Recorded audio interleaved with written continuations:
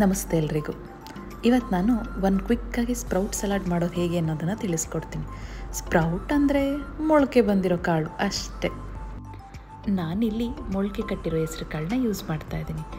1 bowl ಮೊಳಕೆ ಕಟ್ಟಿರುವಂಥ ಹೆಸರು ಕಾಳನ್ನ 1 ಬಿಗ್ ಬೌಲ್ಗೆ ಹಾಕ್ಕೊಳ್ತಾ ಇದ್ದೀನಿ. ಈಗ ಅದಕ್ಕೆ ಸಣ್ಣದಾಗಿ ಹೆಚ್ಚಿರುವಂತಹ ಸೌತೆಕಾಯಿನೂ ಆ್ಯಡ್ ಮಾಡ್ಕೊಳ್ತಾ ಇದ್ದೀನಿ. ಹಾಗೆ ಸ್ವಲ್ಪ ಚಿಕ್ಕದಾಗಿ ಹೆಚ್ಚಿರುವಂಥ ಈರುಳ್ಳಿನೂ ಆ್ಯಡ್ ಮಾಡ್ಕೋಬೇಕು. ಇದ್ರ ಜೊತೆ ಚಿಕ್ಕದಾಗಿ ಹೆಚ್ಚಿರುವಂಥ ಟೊಮ್ಯಾಟೊನೂ ಆ್ಯಡ್ ಮಾಡ್ಕೊಳ್ತಾ ಇದ್ದೀನಿ. ಹಾಗೆ ಸಣ್ಣದಾಗಿ ತುರಿದಿರುವಂತಹ ಕ್ಯಾರೆಟ್ನೂ 1 ಬೌಲ್ ಆ್ಯಡ್ ಮಾಡ್ಕೊಳ್ತಾ ಇದ್ದೀನಿ. ರುಚಿಗೆ ತಕ್ಕಷ್ಟು ಉಪ್ಪನ್ನ ಆ್ಯಡ್ ಮಾಡ್ಕೊಳ್ಬೇಕು. ನಾನು ಸ್ವಲ್ಪ ಉಪ್ಪು ಕಡಿಮೆ ಯೂಸ್ ಮಾಡೋದು. ಅದ್ರ ಜೊತೆ 1 ಸ್ಪೂನ್ ಕರಿಮೆಣಸಿನ ಪುಡಿ ಅಂದರೆ ಪೆಪ್ಪರ್ ಪೌಡ್ರನ್ನ ಆ್ಯಡ್ ಮಾಡ್ತಾ ಇದ್ದೀನಿ.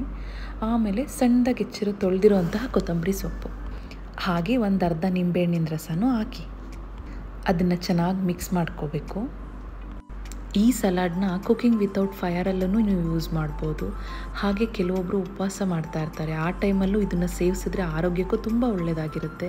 ಹಾಗೆ ಮೊಳಕೆ ಕಟ್ಟಿರೋ ಹೆಸರು ಕಾಳಲ್ಲಿ ಹೆಚ್ಚಿನ ಪ್ರಮಾಣದ ಪ್ರೋಟೀನ್ ಇರೋದ್ರಿಂದ ಹೆಲ್ದಿಗೆ ತುಂಬ ಒಳ್ಳೆಯದು. ವೆಯ್ಟ್ ಲಾಸ್ ಮಾಡ್ತಾ ಇರೋರು ಸಹ ಈ ರೆಸಿಪಿನ ನಿಮ್ಮ ಜರ್ನಿಲಿ ಆ್ಯಡ್ ಮಾಡ್ಬೋದು. ಇದರಿಂದ ನಿಮ್ಮ ವೆಯ್ಟ್ ಲಾಸ್ ಆಗೋದಕ್ಕೂ ಹೆಲ್ಪ್ ಆಗುತ್ತೆ. ಈ ಹೆಲ್ತಿ ರೆಸಿಪಿ ನಿಮ್ಗೆ ಇಷ್ಟ ಆಗಿದ್ದರೆ ಲೈಕ್ ಮಾಡಿ, ಶೇರ್ ಮಾಡಿ ಮತ್ತು ಕಮೆಂಟ್ ಮಾಡೋದನ್ನು ಮರಿಬೇಡಿ. Thank you.